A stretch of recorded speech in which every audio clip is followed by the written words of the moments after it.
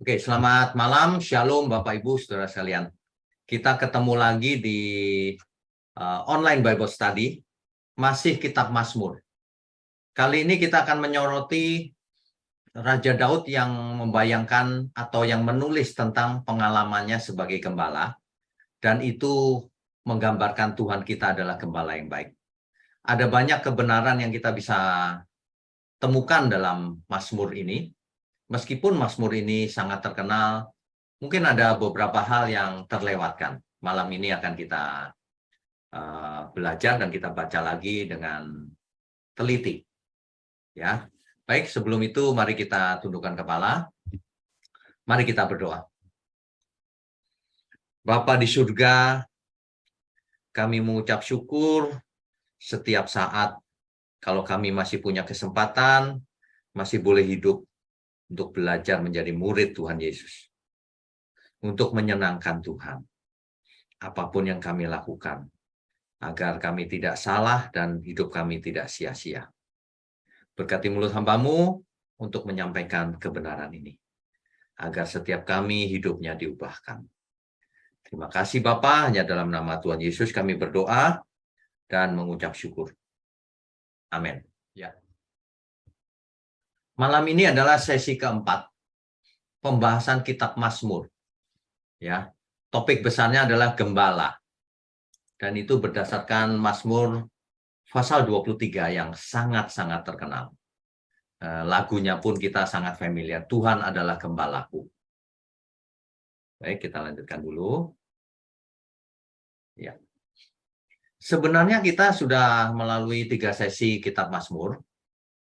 Itu sebentar, kok kecil sekali. Ya. Kita mendapatkan hikmat dari Kitab Mazmur ini, yaitu dari pengalaman para pemazmur. Bagaimana pemazmur memuji Tuhan, juga termasuk meratap, bahkan pemazmur ada yang meragukan Tuhan, kemudian marah sama Tuhan, kecewa, pergumulan hidup yang real. Jadi kalau kita mendengar itu seperti kita itu. Kadang sedih, tidak mengerti apa yang terjadi, dan seterusnya. Ya, kita sudah tahu bahwa Kitab Mazmur digolongkan dalam 2 kategori besar, puji-pujian atau ratapan. Jadi bacaan Mazmur ini seperti kita membaca hidup manusia. Gambaran dari kehidupan yang nyata dan lengkap bersama Tuhan. Oke, kita lanjutkan ya. Ya. Karena kita membahas tentang gembala, kita harus mengerti apa itu gembala. Ya. Gembala, atau kalau dalam Perjanjian Baru disebut poimen.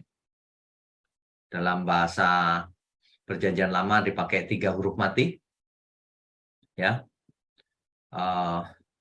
Bisa jadi roe, roi, roa, macam-macam. Ya. Res, ayin, dan he. Ini adalah pekerjaan yang umum di zaman dulu banget, di Mediterania kuno. Tugasnya seorang gembala adalah mengarahkan atau memimpin, memberi makan, melindungi, dan memberi istirahat bagi hewan yang digembalakan itu. Memulangkan kembali ke kandang supaya istirahat, dan seterusnya. Domba banyak dipelihara di zaman Timur kuno, itu sejak sekitar 7.000 tahun sebelum Masehi, sebelum Kristus. 7.000 tahun sebelum Kristus loh, saudara. Jadi kira-kira 9.000 tahun dari hari ini. Itu sudah manusia sudah menjadi menggembalakan ternaknya. Ya. Tapi seringkali dipakai sebagai perumpamaan di dalam Alkitab kita, yang melambangkan seorang pemimpin atau itu Tuhan. Dipakai gembala. Hari ini jabatan hamba Tuhan kan disebut pendeta. Sebenarnya nggak jelas itu asal-usulnya dari mana kalimat itu, kata itu. Yang benar adalah gembala. Makanya kata pastor itu lebih tepat. Gembala artinya. Ya, karena berfungsi atau bertugas menggembalakan domba-domba Tuhan. Ya, masih ingat Tuhan Yesus bertanya kepada Petrus 3 kali, apakah engkau mengasihi aku? Kalau engkau mengasihi aku, kasih makan domba-dombaku. Artinya apa? Artinya Petrus disuruh menjadi seorang gembala oleh Tuhan. Sama dengan kita sekarang hari ini. Seorang hamba Tuhan harus jadi gembala yang mengembalakan domba-domba Tuhan. Gembala itu apa? Salah satunya memberi makan. Memberi makan dengan apa? Bukan dengan makanan fisik, dengan firman yang benar. Jadi kalau ada yang khotbahnya ngaco-ngaco atau tidak mengajar firman yang benar, itu gembala palsu. Atau serigala berbulu domba. Itu gembala palsu, saudara. Jangan ikut dia. Banyak sekali yang begitu, ngawur-ngawur gitu khotbahnya. Ya. Makanya setiap domba harus mengerti gembala mana yang bisa diikuti. Gembala yang benar. Harus bisa memeriksa apakah gembala ini benar gembala atau serigala. Bagaimana caranya? Cocokkan dengan firman Tuhan, Alkitab. Ya, jadi domba pun harus domba yang baik. Ya. Jadi seringkali dipakai sebagai perumpamaan yang menunjuk kepada penguasa, pemimpin, atau Tuhan.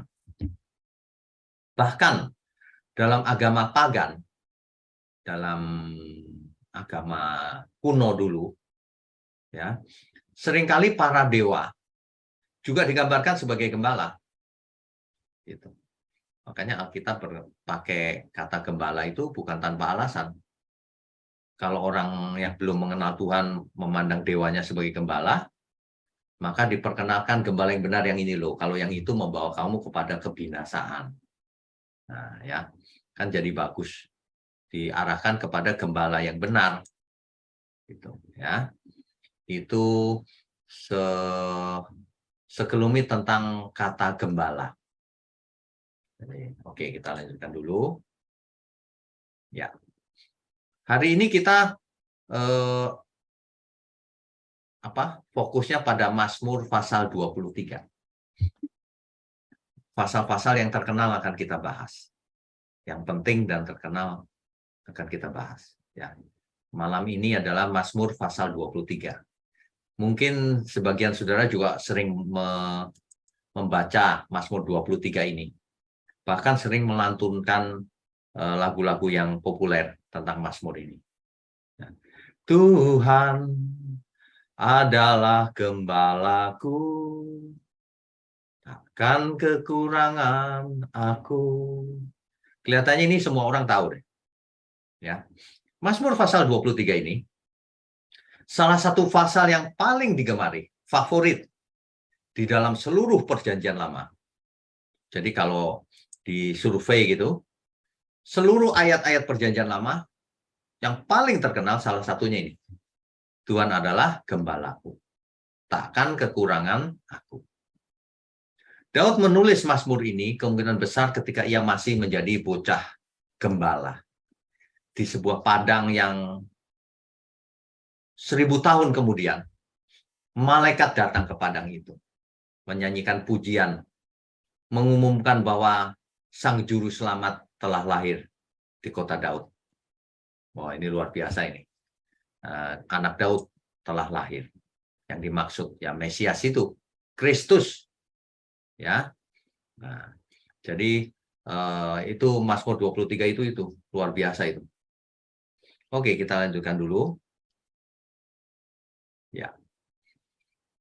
Di dalam menjelaskan tentang Tuhan sebagai gembala, Daud menuliskan pengalamannya sendiri karena di masa mudanya ia adalah seorang gembala. Coba kita baca. Ini sebenarnya sudah dibahas di sesi-sesi yang lalu, ya. Coba kita baca 1 Samuel pasalnya yang ke-16 ayat 10 dan 11. Saya bacakan ya. Demikianlah Isai menyuruh ketujuh anaknya lewat di depan Samuel. Tetapi Samuel berkata kepada Isai, semuanya ini tidak dipilih Tuhan. Ayat 11-nya. Lalu Samuel berkata kepada Isai, inikah anakmu semuanya? Jawab Isai, masih tinggal yang bungsu, tetapi sedang menggembalakan kambing domba. Kata Samuel kepada Isai, suruhlah memanggil dia, sebab kita tidak akan duduk makan sebelum ia datang kemari. Jadi rupanya Nabi Samuel disuruh Tuhan memilih dari antara anaknya Isai ini. Dan yang terpilih adalah Daud. Ya, Daud seorang gembala. Kemudian domba adalah binatang yang sangat tergantung kepada gembalanya. Makanan, pemeliharaan, tuntunan, dan perlindungan. Itu gembala sangat bergantung kepada, domba sangat bergantung kepada gembalanya. Di Perjanjian Baru, Yesus disebut sebagai gembala yang baik. Yohanes 10 ayat 11. Bapak Ibu kalau mencatat ini bagus. Yohanes 10 ayat 11. Tuhan berkata begini, akulah gembala yang baik. Gembala yang baik memberikan nyawanya bagi domba-dombanya. Gembala yang baik itu memberikan nyawanya bagi domba-dombanya. Jadi kalau ada bahaya, ia akan mempertaruhkan nyawanya untuk domba-dombanya itu. Itu gembala yang baik. Ya, Tuhan sendiri yang berkata, akulah gembala yang baik. Kemudian di samping gembala yang baik, Yesus disebut gembala agung. Coba kita baca Ibrani 13 ayat 20. Ibrani pasal 13 ayat 20. Saya bacakan ya. Maka Allah damai sejahtera, yang oleh darah perjanjian yang kekal telah membawa kembali dari antara orang mati, gembala agung segala domba, yaitu Yesus, Tuhan kita. Jadi Yesus disebut gembala agung di Ibrani 13 ayat 20. Di samping itu, ada juga Yesus disebut kepala gembala. 1 Petrus 5 ayat 4. 1 Petrus 5 ayat 4. Maka kamu, apabila gembala agung datang, kamu akan menerima mahkota kemuliaan yang tidak dapat layu. Dalam Alkitab Bahasa Indonesia diterjemahkan gembala agung, saudara. Padahal teks aslinya adalah kepala gembala.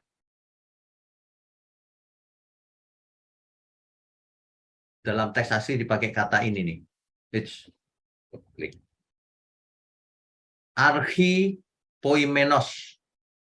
Archipoimenos itu artinya kepala gembala, bukan gembala biasa, tapi kepalanya. Ya.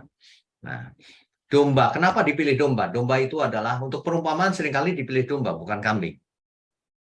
Karena domba itu adalah binatang yang mengenali suara tuannya, suara gembalanya, ya. Dan ia taat, nurut. Ia tidak mau mengikuti gembala yang lain. Itu domba. Kalau kambing itu ngaco, saudara. Susah sekali menggembalakan kambing. Ya. Nah, jadi makanya perumpamaan di Alkitab dipakai domba dan gembalanya. Begitu, ya. Oke, kita lanjutkan. Ya. Ini adalah Mazmur pasal 23 ayat 1. Ya. Dalam teks Ibrani dipakai kata kan terjemahannya Tuhanlah gembalaku, takkan kekurangan aku, kan? Nah, kekurangan di situ sebentar saya warnain dulu ya.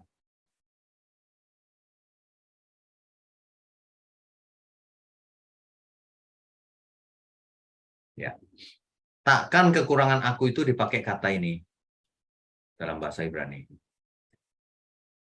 Itu bacanya ehsar. Ehsar itu kalau diterjemahkan artinya decrease atau lessen. Ya. Takkan kekurangan aku. Atau bisa juga menurut leksikon BDB diterjemahkan lack, kekurangan, takkan kekurangan aku, atau need, need. Tidak perlu aku, gitu.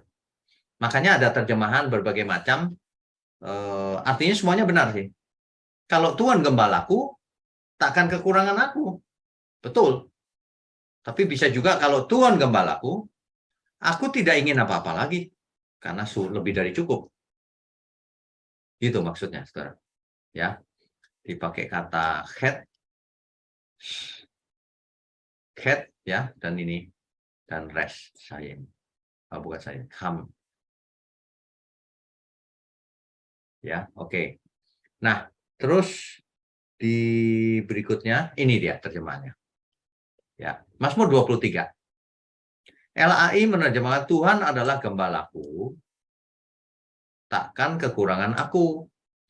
Nah, ayat ini sangat favorit dan dipakai oleh pengajar teologi kemakmuran. Kalau Tuhan gembalaku, aku nggak kurang apa-apa. Minta apapun dia kasih.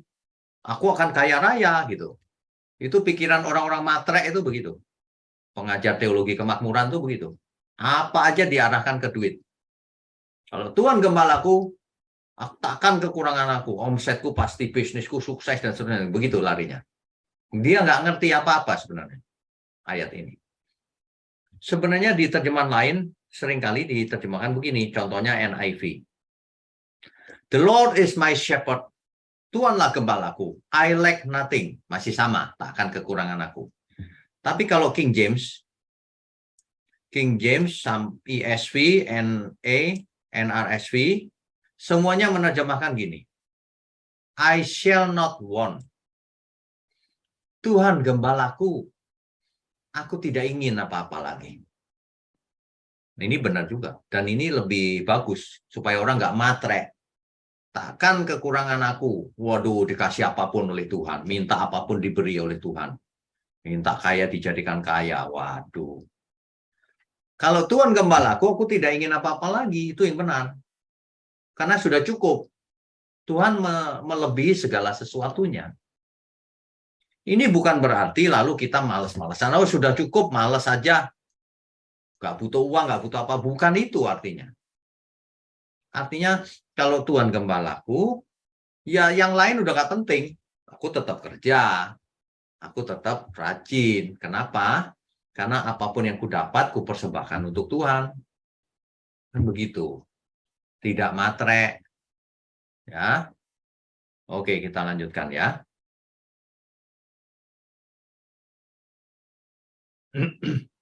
Ayat 2 dan seterusnya. Perhatikan baik-baik kalimatnya. Ia membaringkan aku di padang yang berumput hijau. Jadi sebagai domba, dibaringkan di padang yang rumputnya hijau, bayangkan. Betapa baiknya gembala ini. Ia membimbing aku ke air yang tenang. Bukan ke air yang bahaya, ombak, dan seterusnya. Bukan. Air yang tenang. Sehingga domba itu bisa minum. Dan satu lagi kebenaran yang terlewatkan oleh banyak orang. Kenapa diberi air yang tenang? Nah, kenapa? Selain ia minum, ia juga membutuhkan air untuk ketenangan dan seterusnya. Ya, ini seringkali terlewatkan. Kalau domba melihat air itu tenang dia. Tapi kalau melihat ombak, itu bahaya. Makanya ke air yang tenang. Ia menyegarkan jiwaku. Dibuat segar jiwanya. Kekayaan dunia nggak bisa menyebabkan segar. Malah suntuk. Banyak orang mau berusaha menyegarkan jiwanya dengan mencari kekayaan dunia, kesuksesan, kepopuleran, dan seterusnya. Tidak bisa. Yang bisa menyegarkan jiwa kita, jiwa manusia adalah Sang Pencipta sendiri. Ya. Nah, ini yang namanya jebakan iblis atau jebakan dunia itu.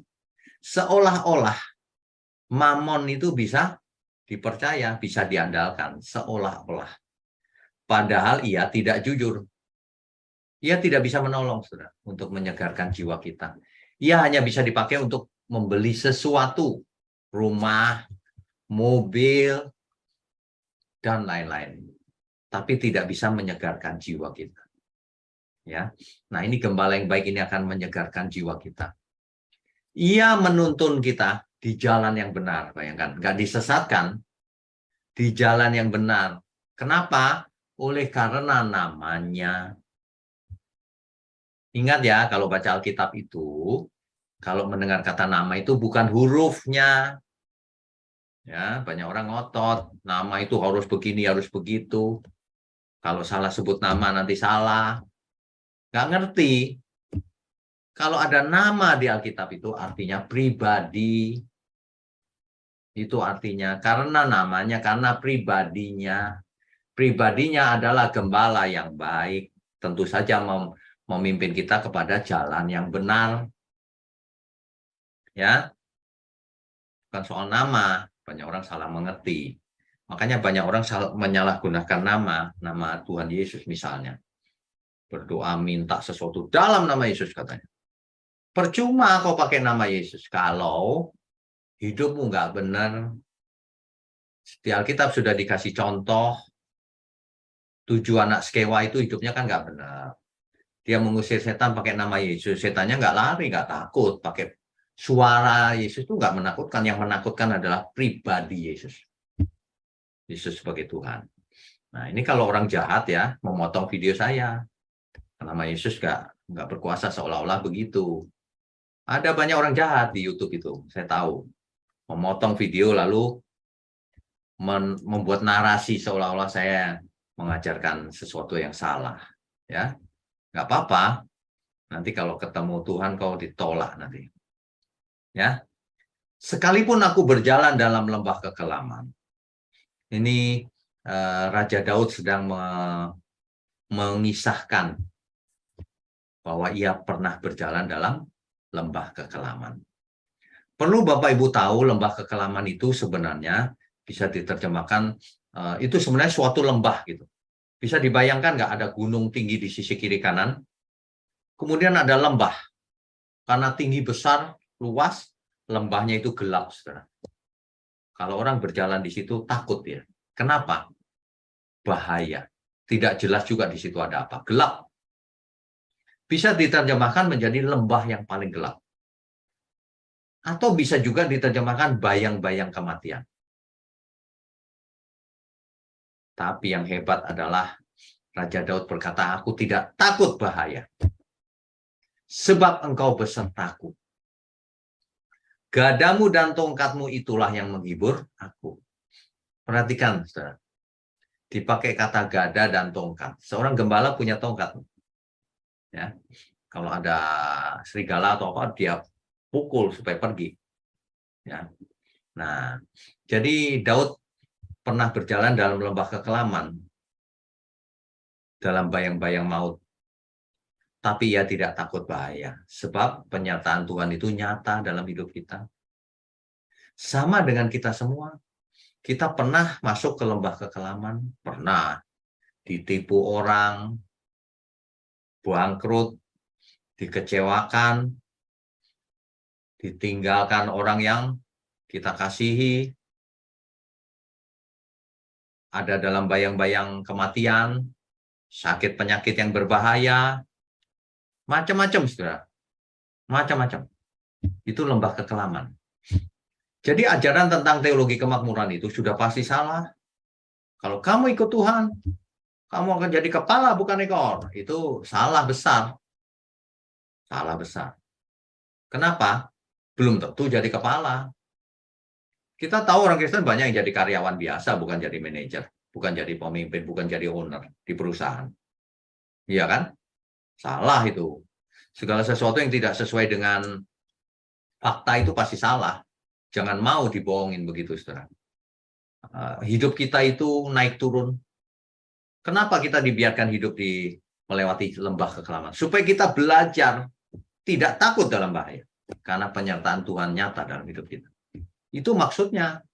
Kalau orang nggak pernah sakit, nggak pernah lembah kekelaman, nggak pernah ditipu orang, dia nggak bisa merasakan, imannya nggak bertumbuh.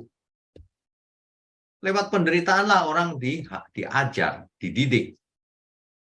Makanya Alkitab berkata, lebih baik di rumah duka daripada di rumah pesta. Ngajar Alkitab kok pilih-pilih ayat. Ini orang ngawur semuanya. Alkitab itu harus dibaca yang lengkap, ya, supaya kita ngerti. Itu gembala palsu itu begitu tuh. Serigala itu sebenarnya, berbulu domba. Ngajar orang yang enak-enak toh. Udah gitu nggak sesuai fakta lagi. Tidak berdasar Alkitab lagi. Ya. Mazmur 23 ini jelas.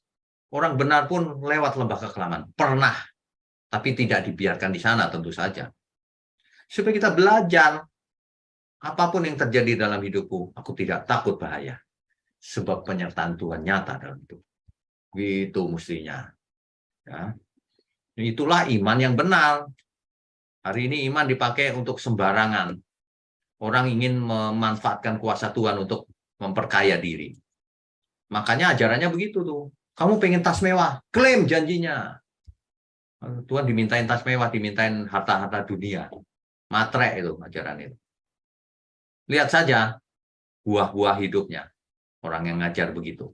Ada nggak? Kalau begitu kan nggak pernah jadi murid Kristus. Murid Tuhan itu harus belajar semua ayat dibaca dari awal kejadian sampai wahyu, disimpulkan yang benar. Jangan comot-comot ayat sembarangan gitu. Ya. Kamu tidak pernah ke rumah sakit. Bohong dia sendiri ke rumah sakit. Mana ada di dunia orang yang nggak pernah sakit. Ya, jangan mau dibohongin, saudara. Harus belajar yang benar mulai sekarang. Waktu yang kita miliki belum tentu panjang. Kan umur manusia kita berkata 70-80 tahun kan? Rata-rata. Berapa tahun lagi kita hidup? Kok masih nggak mau benar? Nah, ayat kelima dan keenam ini luar biasa. Cuma orang tidak menangkap maksudnya. Engkau menyediakan hidangan bagiku di hadapan lawanku. Waduh. Tuhan menyediakan hidangan, makanan di hadapan lawan kita. Apa itu artinya? Nanti ya kita artikan ya. Ayat 6-nya. Engkau mengurapi kepalaku dengan minyak, pialaku penuh melimpah. Apa itu artinya? Ya. Nah, nanti kita sebentar lagi kita akan bahas itu. Ayat 7 dulu. Kebajikan dan kemurahan belaka akan mengikuti aku seumur hidupku selama-lamanya loh. Dan aku akan diam dalam rumah Tuhan sepanjang masa. Selamanya ada di rumah Tuhan. Waduh, ini luar biasa, saudara. Ya, oke, kita lanjutkan dulu. Ya, saudara, ayat 4, 5, dan 6 ini sebenarnya penjelasannya begini. Dalam budaya Timur Tengah kuno, dalam sebuah pesta, adalah kebiasaan kalau seorang tamu itu diurapi dengan minyak wangi. Itu biasa dulu. Tuan rumahnya yang memerintahkan supaya tamu-tamu itu diurapi dengan minyak wangi. Masih ingat? Itu kebudayaan, ya, kebudayaan Timur kuno. Kemudian tuan rumah juga menjaga dan melindungi tamunya dengan segala cara. Saudara masih ingat dulu waktu Lot di Sodom Gomora itu ditemui oleh malaikat, 2 orang malaikat. Kemudian penduduk yang punya penyimpangan seksual ingin memakai tanda kutip tamunya Lot ini, yaitu 2 malaikat tadi. Lot begitu membela supaya tamunya ini benar-benar selamat. Bahkan anaknya perempuan saja ditawarkan. Tapi jangan diapa-apain ya tamuku ini. Itu budaya zaman dulu begitu. Saudara. Kalau ada seorang tamu itu dihormati dan dilindungi. Ya, itu budayanya. Nah, jadi kita mengerti sekarang. Kalau engkau menyediakan hidangan bagiku di hadapan lawan-lawanku. Kita diperlakukan sebagai tamu yang sangat istimewa oleh tuan rumah kita. Jadi Tuhan kita sebagai gembala dan sebagai tuan rumah juga. Engkau mengurapi kepalaku dengan minyak. Nah, ini kan. Ini untuk menggambarkan budaya hari itu. Supaya orang yang membaca mengerti. Yang jadi masalah adalah kita hari ini nggak ngerti. Karena beda budaya. Makanya belajarlah yang benar. Jangan pakai pikiran sendiri lalu khotbah ngawur-ngawur gitu. Ya. Oke. Kebajikan dan kemurahan belaka akan mengikuti aku seumur hidupku. Dan aku, nah ini yang penting. Dan aku akan diam dalam rumah Tuhan sepanjang masa. Tuan rumahnya adalah Tuhan. Ya. Dan sebagai tuan rumah, Tuhan menyediakan perlindungan. Perlindungan meskipun dikelilingi oleh musuh. Dan akhirnya malah tinggal di rumah Tuhan selamanya. Tuhan sebagai tuan rumah dan gembala. Dalam teks Mazmur pasal 23 ini. Ya. Jadi kita lanjutkan dulu. Ya. Gambaran dari seorang gembala itu dombanya banyak, kambing dombanya, dan ia menjaga semua supaya waktu berangkat berapa, waktu pulang jumlahnya tetap, jangan hilang. Ya. Kan di Alkitab juga dikisahkan kalau satu domba hilang, dicari oleh sang gembala itu, harus ketemu. Tidak mau satupun hilang. Itu gambaran dari Tuhan kita juga begitu. Tuhan tidak menginginkan seorang pun hilang atau binasa. Melainkan semua orang berbalik dan bertobat. Itu keinginan Tuhan. Jadi kalau ada yang ngajarin, Tuhan sudah menentukan yang ini binasa, ini tidak. Oh, ngawur itu. Tuhan gembala yang baik, bukan menentukan dombanya yang ini binasa, yang ini enggak. Semua dombanya harus selamat. Kecuali domba-domba yang nakal, yang nggak nurut, ya itu hilang. Pasti. Begitu, saudara. Ya. Oke, kita lanjutkan lagi. Ya, Rabu depan kita akan lanjutkan masih kitab Mazmur.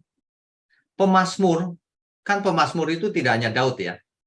Nanti yang Rabu depan pemazmur itu Asaf.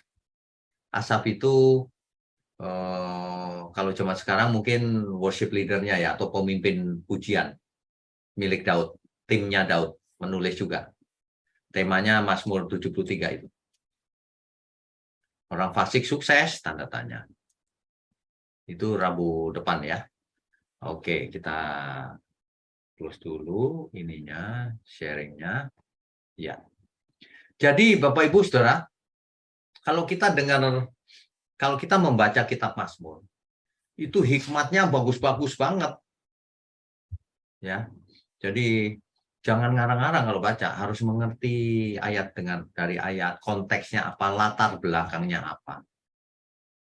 Di Mazmur 23 ini, Tuhan diumpamakan sebagai gembala yang baik. Ya. Dalam ayat-ayat lain, gembala agung, kepala gembala. Kita sudah bahas tadi ya. Di samping itu, Tuhan adalah tuan rumah yang baik. Rumah apa? Rumah Tuhan. Tuan rumah Tuhan. Tubuh kita adalah rumah Tuhan. Maka dari itu kita tidak boleh hidup sembarangan. Itu adalah hikmat yang kita bisa dapat.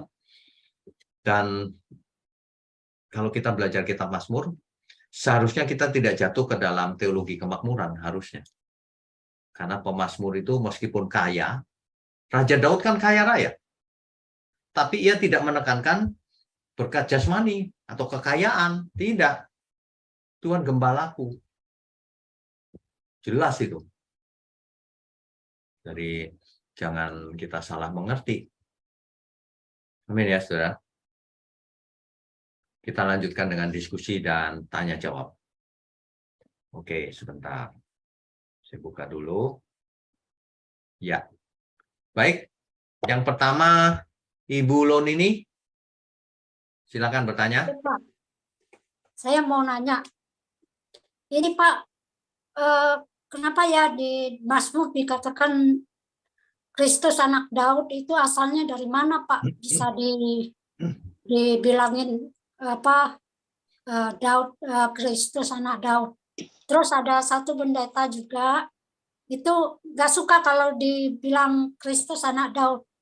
Itu kenapa ya Pak? Gimana itu asal mulanya? Asal mulanya, baik. Hmm. Jadi Alkitab itu menulis tentang nubuatan siapa itu Mesias. Nah, Mesias itu pasti keturunan Daud. Makanya dikatakan bahwa Mesias itu anak Daud. Anak itu bukan langsung anak gitu maksudnya, keturunan. Dalam konteks itu maksudnya keturunan. Ya asalnya gimana Pak bisa disebut keturunan itu? Itu adalah nubuatan dari firman Tuhan. Di kitab Perjanjian Baru dijelaskan oleh Tuhan Yesus. Tuhan berkata kepada orang Farisi, Tuhan berkata, siapakah Mesias menurut kamu? Dijawab oleh orang Farisi, anak Daud. Artinya keturunan Daud. Artinya Mesias juru selamat akan lahir dari keturunannya Daud. Itu sudah ditentukan dari awal dari Tuhan. Nubuatan. Itu tercatat. Tuhan Yesus dialog dengan orang Farisi dijawab jelas tuh. Nah, kalau itu keturunan Daud disebut anak Daud. Kalau ada orang yang tidak suka disebut anak Daud, Yesus disebut anak Daud, dia jangan baca Alkitab. Jangan jadi Kristen. Kok dia ada seorang pendeta itu dia nggak mau bilang Kristus anak Daud, tapi dia bilang Kristus adalah anak Allah gitu. Itu gimana Pak? Ya, itu orang ngaco berarti. Kristus itu anak Daud maksudnya Kristus lahir dari keturunan Daud. Pasti. Kristus anak Allah, anak Bapa yang tunggal, benar juga. Kan begitu. Kristus adalah anak domba Allah, benar juga. Kan sebutan itu benar semua. Nanti jangan-jangan dia Jadi nggak tahu juga anak domba Allah. Jadi Kak, setiap nyanyian dia Malam Kudus tuh dia nggak mau sebut Kristus anak Daud, tapi dia sebut Kristus anak Allah.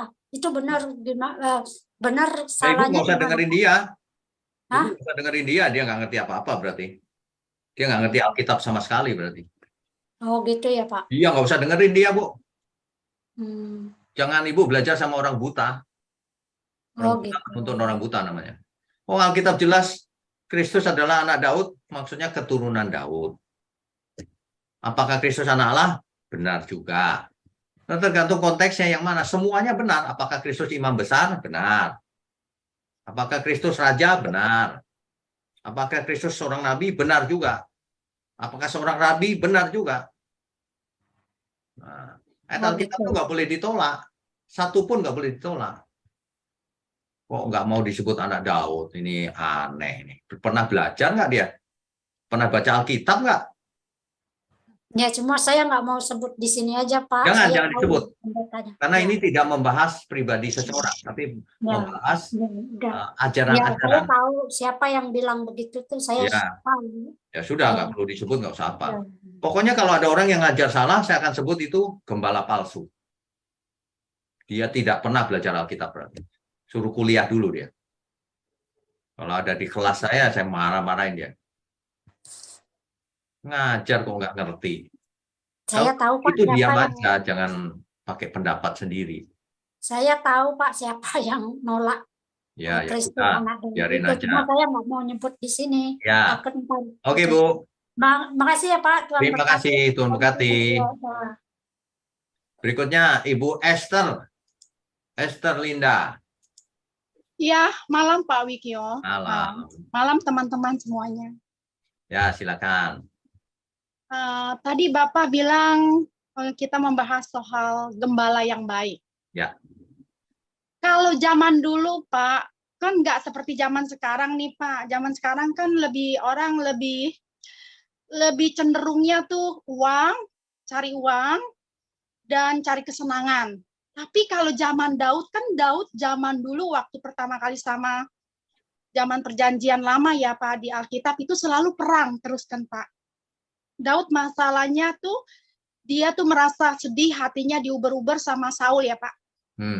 Karena dia merasa kesepian, dan dia itu menderita bukannya karena kehidupan dia, tapi karena dia itu dikejar-kejar sama Saul, mau dibunuh, ya. Dan dia itu juga dalam rasa ketakutan gitu ya. Ya. Tapi sekarang nih Pak, yang saya mau tanya, yang Bapak bilang tadi cerita Bapak ya, kita punya gembala yang baik, dan gembala itulah yang membawa kita pada kehidupan di mana kita merasakan kita ada pertolongan dari gembala. Nah, kalau dulu kan si Daud itu mengharapkan Tuhan Allah.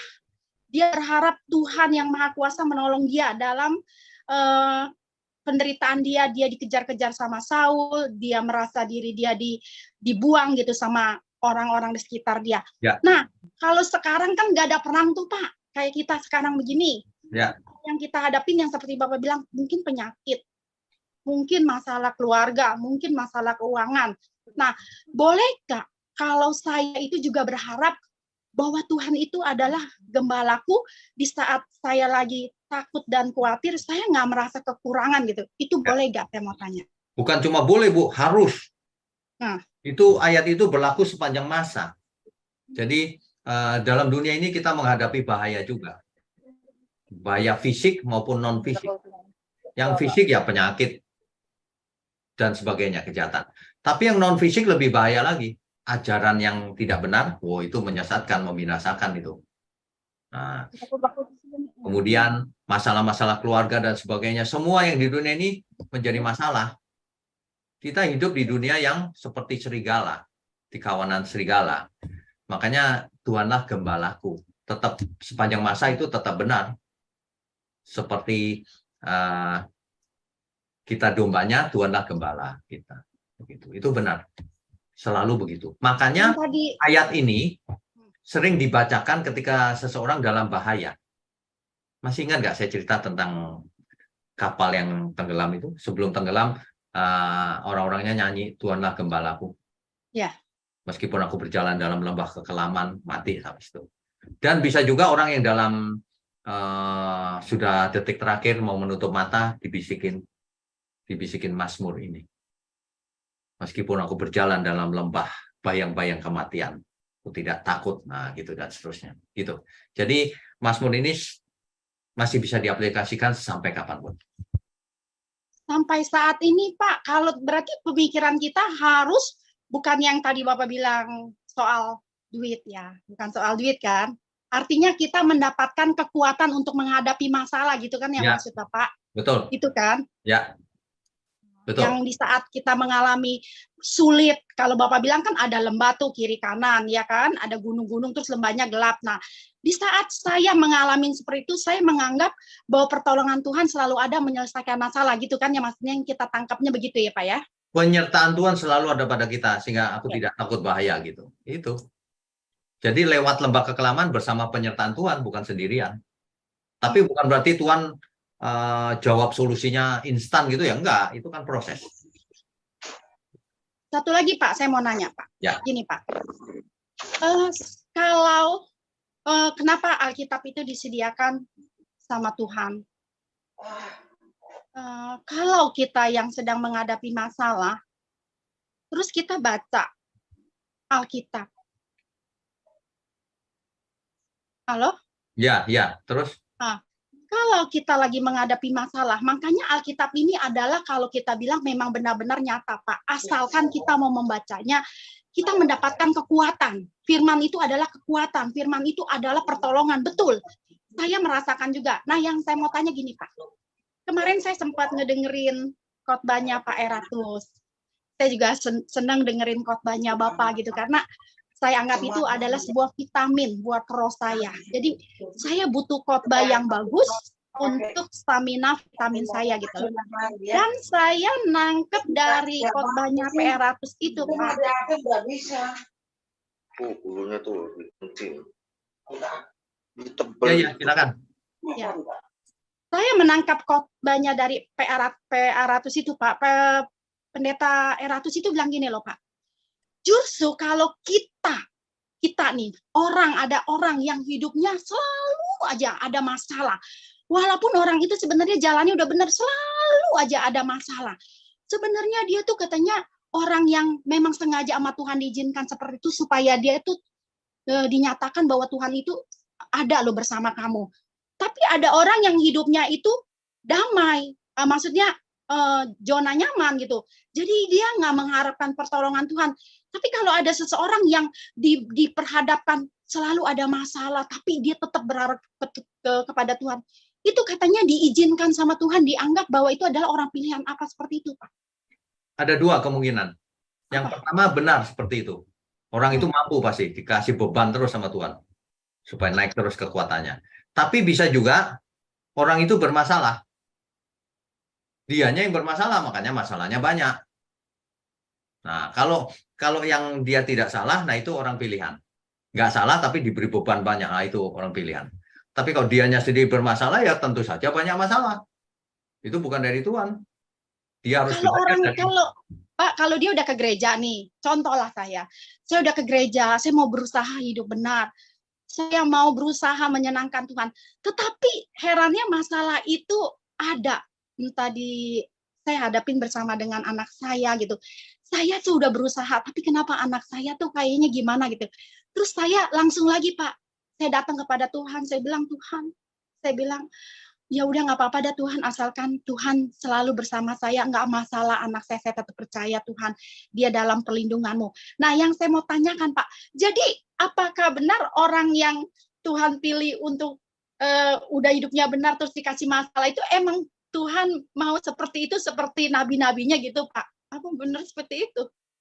Bisa seperti itu, tapi bisa juga masalah itu terjadi karena memang kita buat salah. Bisa. Nah, makanya yang saya sebut itu masalah itu terjadi karena kita yang buat salah atau karena orang lain yang menyerang kita. Nah, beda. Kalau kita yang buat salah, ya dari situ kita belajar supaya kita jangan salah lagi. Kalau orang lain yang buat masalah terus, ya mungkin kita sedang diuji supaya kita makin kuat. Itu maksudnya. Yang penting kita jangan pernah buat salah. Kalau buat salah, jangan diulang lagi. Minta bertobat, minta maaf, minta ampun. Gitu. Itu aja. Ya. Jadi masalah itu diizinin juga sama Tuhan supaya Pasti. kita tidak mengandalkan manusia gitu ya Pak? Pasti. Pasti. Ya. Udah Pak, itu aja Pak. Oke. Saya berterima kasih. Ya, Jawabannya bagus. Ya, berikutnya Pak Mulyono, silakan Pak. Malam, Pak Widnyo. Selamat malam. Ya, bersyukur Bapak pulang dengan keadaan sehat ya. Terima kasih, puji Tuhan. Ya. Saya ada dua pertanyaan, Pak. Tadi di awal Bapak menyebutkan bahwa soal gembala itu ya. Ya. Bahwa domba banyak dipelihara di zaman Timur kuno sejak sekitar 7.000 sebelum Masehi. Ya. Sebenarnya bumi itu berapa lama sih, Pak? Umur bumi itu kok sampai ngomong 7.000 sebelum Masehi? Iya. Ada lagi yang ngomong jutaan tahun atau miliaran tahun, Pak. Iya, sebenarnya usia bumi itu berapa? Ya. Itu sudah kita bahas di sesi Kitab Kejadian, Pak. Bapak ikuti nggak OBS dari Kejadian? Ikuti sih, tapi kok saya nggak merhatikan ya. Oh, ada umur bumi. Ada dua pendapat. Yang satu umur bumi itu 6.000 tahun. Oh, yang hari itu ya Pak ya? Dari pertama sampai... Ya, yang satu lagi umur bumi itu lama sekali. Dua-duanya punya argumentasi. Nah, gitu. Nah, seringkali data-data ilmiah menyajikan umur bumi yang lama sekali, jutaan tahun, puluhan ribu yang lalu gitu. Itu menurut ukuran tes karbon, Pak. Cara mengukur umur bumi pakai tes karbon. Nah, gitu. Jadi kita pakai standar yang ada. Kalau mau pakai tes karbon, hasilnya segitu. Jadi sekitar 7.000 tahun, 7.000 sebelum masa itu nggak otentik ya Pak ya? Kita nggak tahu persisnya Pak. Ini pendapat para ahli. Oh, pendapat. Ya. Kan 7.000 tahun yang lalu kita belum lahir. Belum ada foto, belum ada video, belum ada handphone. Kan gitu kan? Oke. Nah, ini berdasarkan pendapat para ahli. Gitu. Oke, terus yang kedua Pak. Ya. Tadi kan disebutkan di Mazmur 23 itu bahwa masuk lembah kekelaman gitu Pak ya. Ya. Nah, biasanya orang yang dekat dengan Tuhan itu tahu nggak ya Pak waktunya Tuhan sampai kapan gitu kira-kira? Sampai kapan sih lembah kekelaman itu? Gitu. Kalau orang dekat dengan Tuhan bisa tahu nggak kira-kira waktu Tuhan itu kapan? Tidak tahu. Wah, ini 2 hari lagi nih. Enggak tahu Pak. Enggak tahu. Kita ikut saja. Tapi kita tahu pasti ada ujungnya. Kita tahu Pak, pasti berakhir. Nah nanti kapan ya? Saya mau khotbahkan oleh-oleh dari Israel. Saya ketemu suatu hikmat yang luar biasa, Pak. Rahasia cincin Salomo, The Ring of Solomon. Oh, Wah, itu bagus banget itu. Semua orang harus dengar itu. Oh. oke, ini Ini jadi ya, termasuk untuk misteri memancing ilahi dikit, ya, Pak. Pak? Untuk memancing dikit ya. Oke, oke. Apakah yang menyebabkan seseorang kalau lagi bahagia, kalau lihat sesuatu itu sedih ya? Tapi kalau dia lagi sedih, lihat barang yang sama, dia jadi gembira. Nah, ini teka-teki luar biasa ini, susah ini. Nanti saya khotbahkan itu. Itu rahasia cincin Salomo itu. Ya, Waduh. tiap orang mandangnya bisa beda ya, Pak ya. Iya, makanya. Tapi apa? Ayo, itu apanya Ya. itu yang penting. Ya, Oke. ya, banyak misteri ilahi yang tidak kita pahami berarti. Ya, ya. Ya, ya. Oke, Pak. Ya udah. Itu aja Pak Wiknya. Terima kasih Oke, banyak. Tuhan berkati. Ya. Berikutnya Pak Kris, silakan.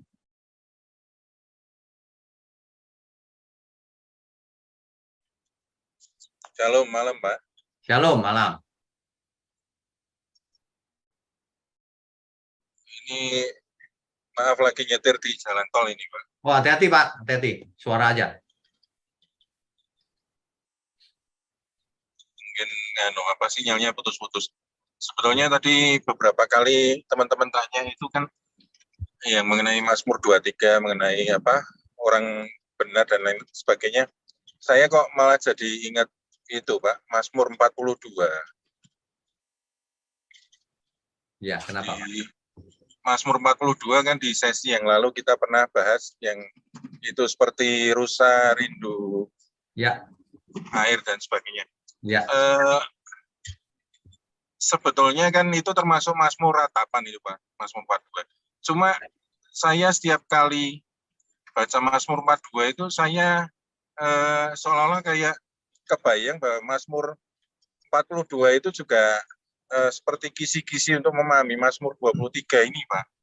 Karena kalau kita ndak ada data pelengkap itu kan, ya itu misalnya bisa dibelokkan jadi dominan ke teologi kemakmuran, misalkan, oh Tuhan gembala, pasti kita akan hidup berkecukupan, misalnya itu. Tapi kan di Mazmur 42, kalau kita lihat itu kan sebetulnya kan sikap hati kita sebagai anak-anak Tuhan itu kan mesti seperti di Mazmur 42 itu.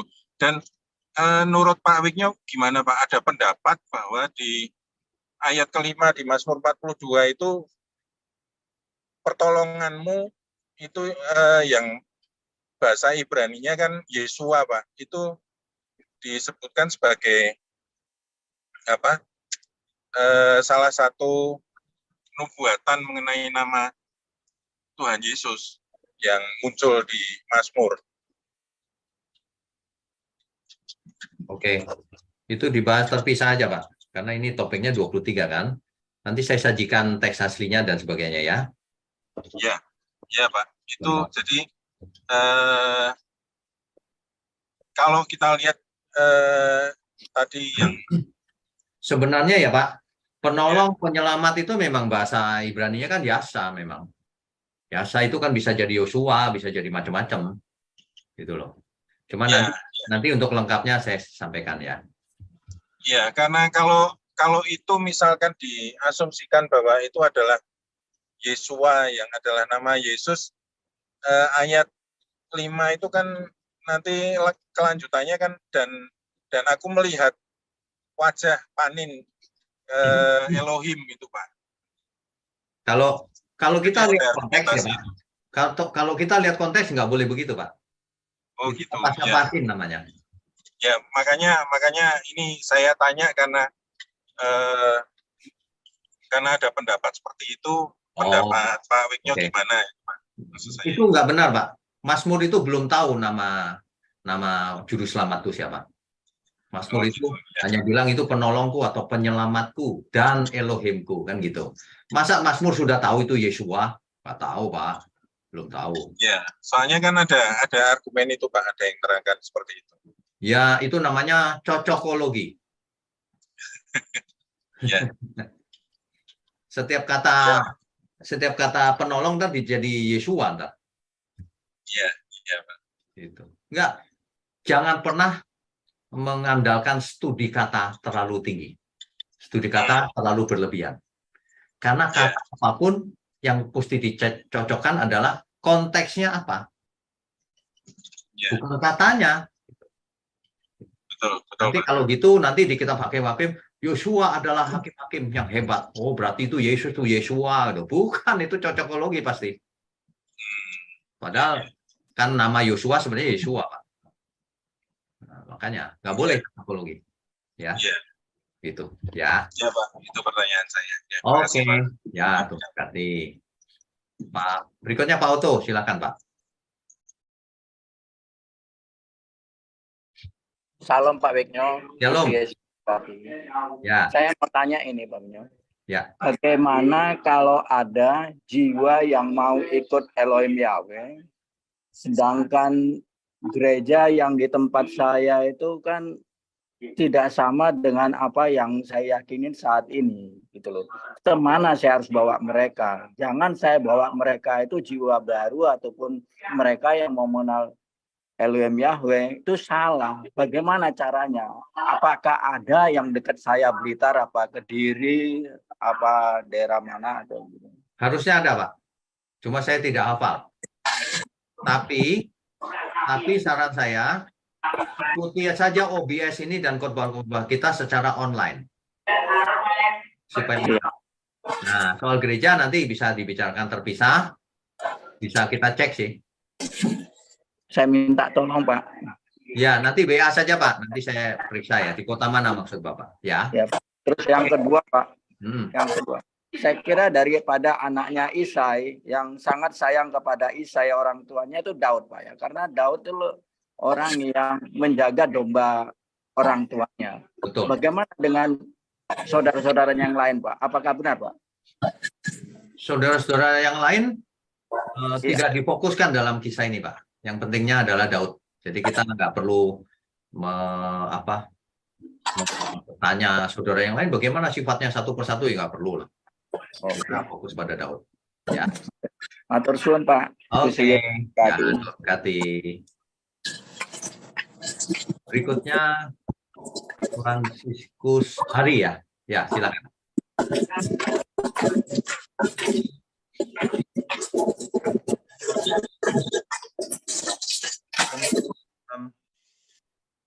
Halo. Ya, shalom. Kedengeran? Dengar, silakan. Oke. Pak, saya nih baru ketinggalan jauh. Saya baru ikut kejadian OBS kejadian baru selesai, baru masuk imamat. Boleh saya mengajukan pertanyaan yang nggak berhubungan sama OBS malam ini, Pak? Waduh. Ya boleh deh, berhubung masih baru ya. Iya, Pak. Itu waktu di kejadian itu kan ada iblis di Taman Eden itu ya. Ular itu. Yang mau ditanyakan, kejatuhan iblis itu sebelum dunia dijadikan berarti ya udah ada ya? Udah jatuh. Ya pasti dong Pak, masa kejadiannya setelah dunia. Jadi sebelum iblis sudah jatuh, lalu Tuhan menciptakan langit dan bumi, iblis ditaruh di bumi, di Eden. Oke. Ya, satu lagi Pak. Ya. Tentang penebusan. Penebusan atau kematian oleh Yesus itu kan sempurna karena dia adalah kurban yang tidak bercacat celah gitu Pak. Betul. Pertanyaannya, apakah penebusan oleh Kristus itu harus dengan cara-cara tertentu, misalnya caranya harus dengan disalib atau harus oleh orang Yahudi? Itu aja Pak. Oke. Dinubuatkan dalam Kejadian 3 ayat 15, keturunan perempuan ini akan meremukkan kepala si ular. Dan si ular keturunannya akan meremukkan tumit. Gitu kan? Nah, itu sebenarnya kalau diurutkan nanti dari kitab Kejadian, Keluaran dan seterusnya, kita akan ketemu tuh pasti Yesus. Di Mazmur juga nubuatan tentang Kristus ada. Di sesi-sesi yang lalu ikut nggak? Ya. Ikut ya. Tulangnya tidak akan dipatahkan. Dan seterusnya dan seterusnya. Ciri-cirinya itu semuanya Kristus tuh. Jadi kalau pertanyaannya apakah harus mati di kayu salib? Menurut nubuatan ya. Oh iya. Iya, iya. Kenapa? Karena di zamannya Romawi, hukuman terberat itu salib. Itulah sebabnya di samping-samping Yesus penjahat itu bukan penjahat itu. Itu pemberontak terhadap Roma. Itu orang Yahudi di sebelah yang kalau engkau aku mau ikut kau, kira-kira gitu ya, yang di sebelahnya. Itu bukan penjahat, itu pemberontak Yahudi, dicap penjahat oleh Roma, disalib. Sama seperti Tuhan Yesus kan bukan penjahat, dicap sebagai penjahat nomor 1, disalib. Nah, gitu. Jadi banyak orang nggak ngerti. Padahal begitu. Kemungkinan besar orang zelot itu. Jadi sudah percaya Tuhannya, Allahnya Abraham, Ishak, Yakub. Cuma memberontak pada Romawi, ditangkap, disalib. Ya. Oke, jelas Pak. Makasih Pak. Oke, Tuhan berkati. Tuhan berkati. Berikutnya Ibu Meme, silakan. Shalom Pak Wendel, selamat malam. Malam. Ya, terima kasih Pak. Saya tahu Bapak kayet ya, perjalanan jauh. Tapi ya, terima kasih juga kepada Tuhan telah memberikan kesempatan dan boleh menyambungkan online Bible study kita ini Pak. Ya. Tuhan. Bapak sudah pergi ke Yerusalem. Kami yang tidak pernah pergi ke sana Pak, jadi ada gambaran gitu. Ya. Nanti saya share di Instagram, di Facebook, di WhatsApp, maupun Rabu depan nanti saya share ya 20 menit sebelumnya ya. Iya, makasih Pak ya. Luar biasa. Ya, saya mau tanya Pak ini tentang Tuhan Gembala kita yang baik ini. Ya. Di Mazmur 23 ini ayat 4 Pak. Ayat berapa? Ayat 4. Ayat 4. Oke, kenapa? Saya mau tanya langsung aja ya. Ya. Pertanyaannya, bagaimana sih Pak gada dan tongkat Tuhan? Tongkat dan gada Tuhan itu dapat menghibur seseorang ya Pak ya? Ya. Karena ini kita harus membayangkan gembala zaman dulu. Iya. Gembala zaman dulu itu punya gada, punya tongkat. Untuk apa? Untuk mengusir serigala, bahaya-bahaya lain gitu. Jadi kita kalau dekat Tuhan kita tenang aja. Karena perlindungan Tuhan nyata. Gitu. Itu maksudnya. Oh, itu maksudnya gada dan tongkat itu Daud ya Pak ya? Ya, betul. Perlindungan. Oh, perlindungan. Oh, iya. Terus ini Pak ya, Mazmur ini kan banyak hal-hal yang penting Pak. Ya. Banyak ajaran-ajaran dalam penyelamatan Daud, pengalamannya baik melalui pengajaran yang secara langsung dan contoh-contoh yang diberikan. Mazmur ini juga menunjukkan pada kita yang dapat boleh dilakukan dan tidak dapat dilakukan ya Pak ya. Jadi saya mau tanya ini, apa sih yang menjadi kunci dari kitab Mazmur ini yang ada dalam Alkitab ini ya Pak? Maksudnya kunci apa nih? Ya, maksudnya kan ini udah banyak yang ditunjukkan oleh Daud. Seperti itu nyanyian, pujian semua ya kan Pak. Maksud saya salah satunya kunci aja Pak gitu. Oke, baik.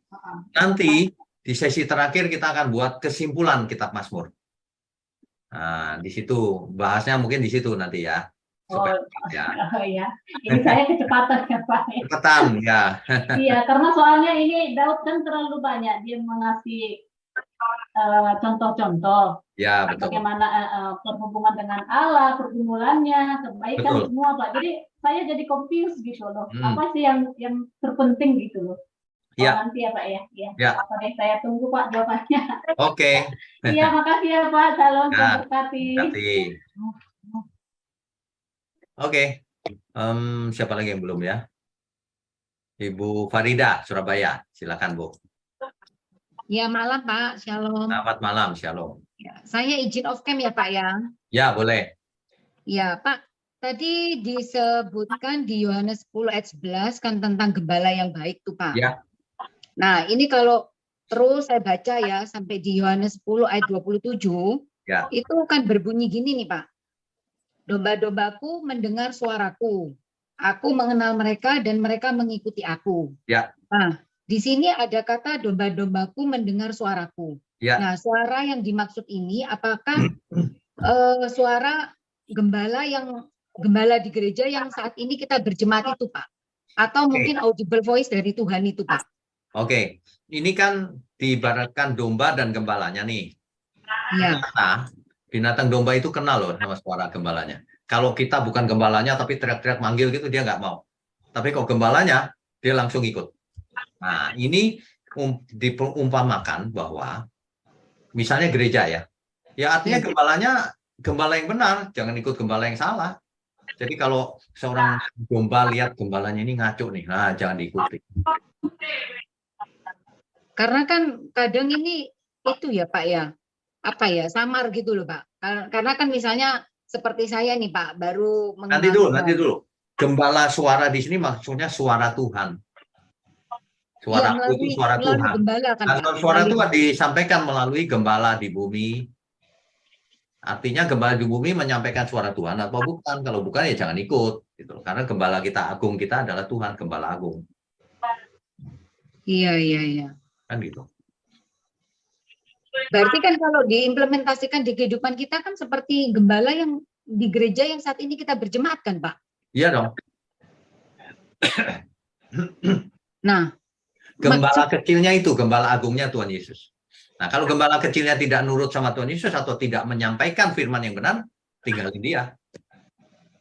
Oh, iya. Kan sederhana. Berarti kita harus tahu ya Pak ya suara Tuhan itu ya. Oh, sesuai Alkitab nggak?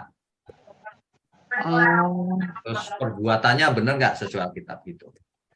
Oke. Ya, paham Pak. Ya, itu aja Pak. Terima kasih Ya, Pak. memberkati. Ya, Tuhan memberkati Pak. Dua lagi ya, yang terakhir Dedi Manurung dan Andreas Gusdianto. Dedi Manurung dulu, silakan.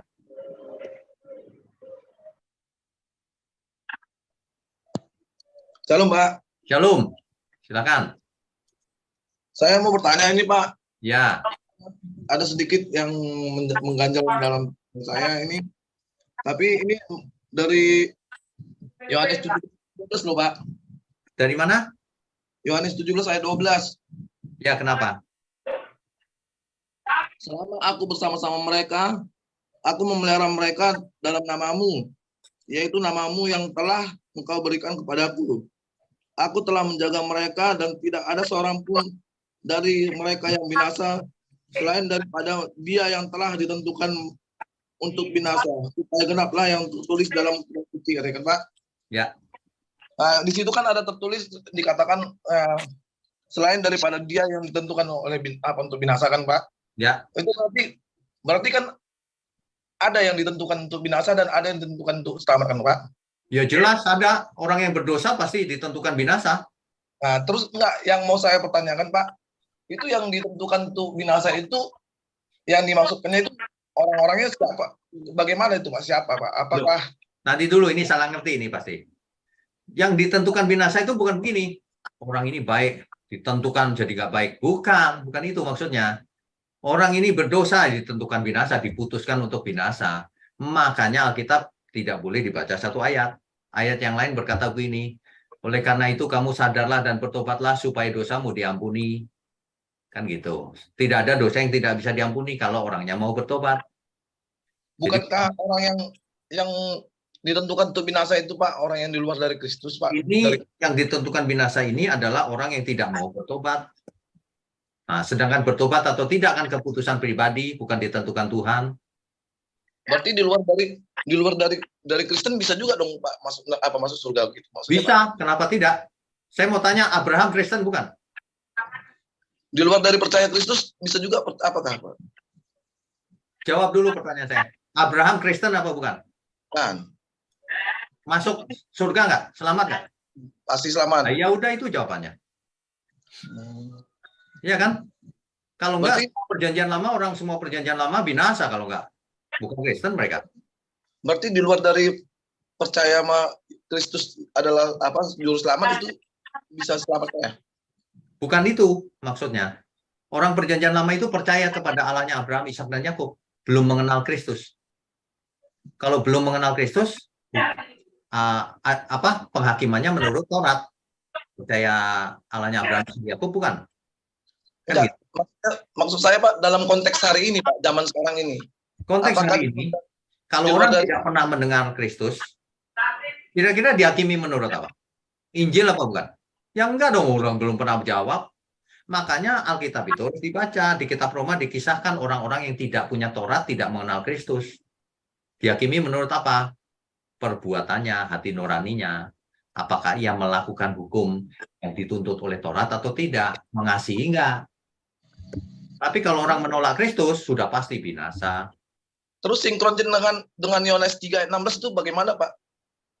Sinkronnya gini, karena begitu besar kasih Allah akan dunia ini, sehingga dikaruniakan anaknya yang tunggal, supaya barang siapa percayakan dia tidak binasa, melainkan beroleh hidup yang kekal.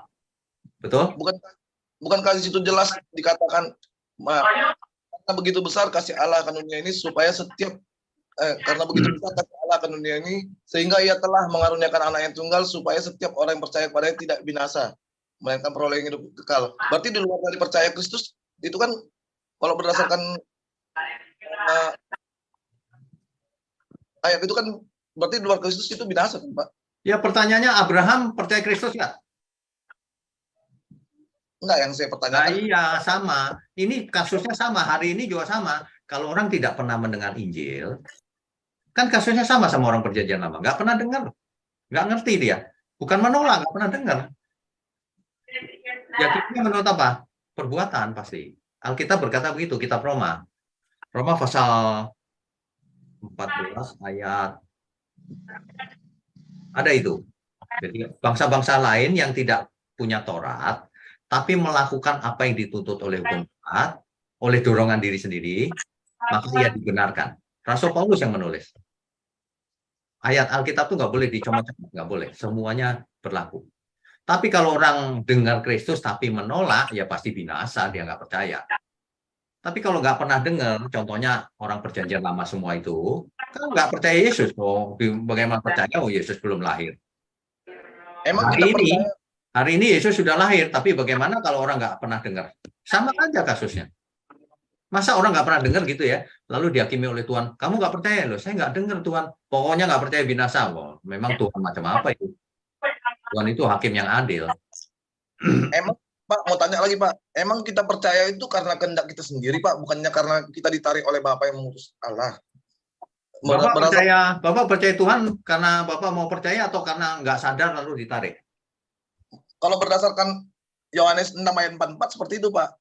Ya, karena dasarnya cuma satu ayat. Kalau dasarnya semua ayat, kita akan tahu bahwa manusia itu harus bertobat, harus berusaha masuk pintu yang sempit. Ini Tuhan Yesus loh yang ajar. Makanya jangan pakai ayat itu satu ayat terus bikin kesimpulan, salah nanti. Kalau ditarik oleh Tuhan, Bapa, itu artinya orang itu dikondisikan supaya menjadi anak Allah. Nah, sedangkan orang lain tidak dikondisikan, tapi bukan berarti pasti binasa. Seperti contoh perjanjian lama, Ayub dan sebagainya, kan bukan Kristen, bukan percaya Yesus. Tapi dia percaya Allahnya Abraham, Ishak, Yakub, tapi dia perbuatannya melakukan percayanya itu. Nah, orang di luar itu yang tidak punya Taurat melakukan juga ya dibenarkan. Itu saya pakai ayat perjanjian baru loh, nggak pakai perjanjian lama loh. Itu kata Rasul Paulus. Artinya dalam apa? Roma pasal kedua ayat 12 Pak. Ya, Roma. Nanti dibaca ya, Roma pasal 2 ayat 12 sampai 16.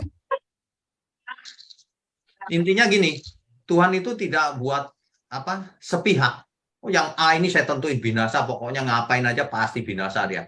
Pasti jahat. Enggak. Manusia itu hidup itu punya kehendak bebas.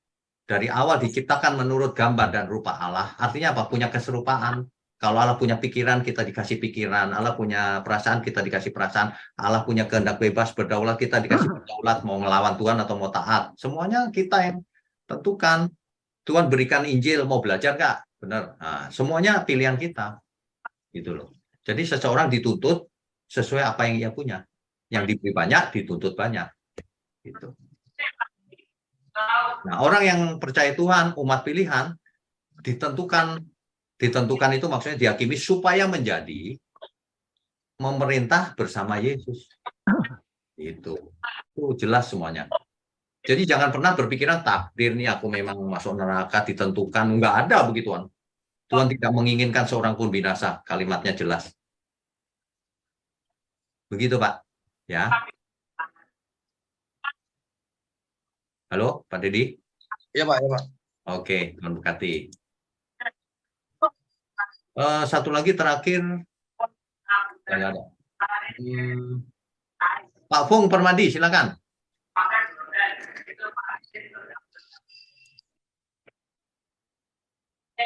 Pak Fung Permadi, bisa? Maaf Pak, maaf nggak mau tanya, kepencet Pak. Oh, kepencet? Oh ya, sorry. Maaf Pak. Berarti udah habis pertanyaannya malam ini. Oke, Mazmur 23 ini memang menarik dan menjadi ayat favorit sih sampai hari ini, dari zaman ke zaman, dari dulu bahkan. Ya, baik Bapak Ibu sekalian, puji Tuhan. Sebelum kita tutup, kita tundukkan kepala. Mari kita berdoa ya. Mari. Bapa di surga, terima kasih untuk pencerahan pada malam ini. Biarlah apa yang kami dapat, kami dengar, dapat menumbuhkan iman kami lebih matang, lebih dewasa lagi. Terima kasih Bapa. Kami percaya firman-Mu adalah kekuatan yang menyelamatkan. Biarlah kami boleh hidup seturut kehendak Tuhan. Ajari kami untuk berusaha, taat, dan mengerti Tuhan. Terima kasih Bapa. Mohon berkati juga tangan-tangan yang mendukung pekerjaan-Mu ini, agar mereka pun menjadi berkat kemanapun mereka pergi. Terima kasih. Kami sambut segala berkat, baik berkat jasmani maupun berkat rohani. Sehat, umur panjang, untuk kemuliaan Tuhan. Di dalam nama Tuhan Yesus kami berdoa dan mengucap syukur. Haleluya. Amin. Saudara sekalian, bicara soal kebenaran, setiap orang merasa benar. Makanya semua kecap dinomor satukan. Ada orang yang mengatakan saya paling benar, ini paling benar, itu paling benar. Mana sebenarnya yang paling benar? Oleh sebab itu, hadiri seminar 7 natur kebenaran dan aplikasinya. Seminar ini wajib dihadiri oleh para teolog, apologet, pengkhotbah, bahkan oleh para jemaat sendiri. Agar kita bisa membedakan manakah yang benar, manakah yang salah. Inilah alat uji kebenaran yang sangat objektif dan alkitabiah. Pastikan saudara ikut dan ajak seluruh saudara dan sahabat-sahabat. Bapak-bapak dan ibu-ibu yang terkasih dimanapun berada, yuk kita belajar pelajaran Alkitab bersama secara online setiap hari Rabu jam 7 malam bersama Pendeta Bapak Wignio Tanto secara online, bisa melalui Zoom. Tetapi kita harus mendaftarkan dulu ke nomor berikut ini. Selamat bergabung dan Tuhan Yesus memberkati.